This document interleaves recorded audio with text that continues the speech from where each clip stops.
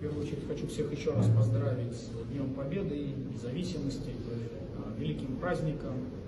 32 года назад абхазский народ доказал всему миру свое мужество, свою волю, свою готовность отстоять свое право на независимость, на свой выбор культуры, языка, своего будущего.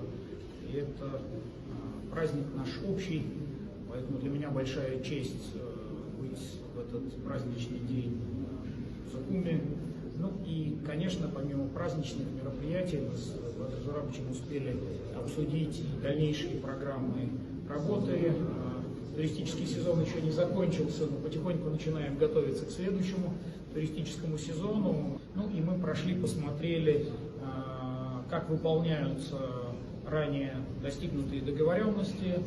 Значит, это важно. Меня порадовало, что все работы идут в соответствии с графиком. Ну и мы также видим, знаете, хочу сказать спасибо всем ребятам из команды Абхазии, потому что они не просто предлагают очень интересные идеи, но видно, что они их последовательно реализовывают. У нас будет появляться все большее количество и объектов, и событий, которые будут позволять людям, которые влюблены в Абхазию, приезжать сюда не только летом.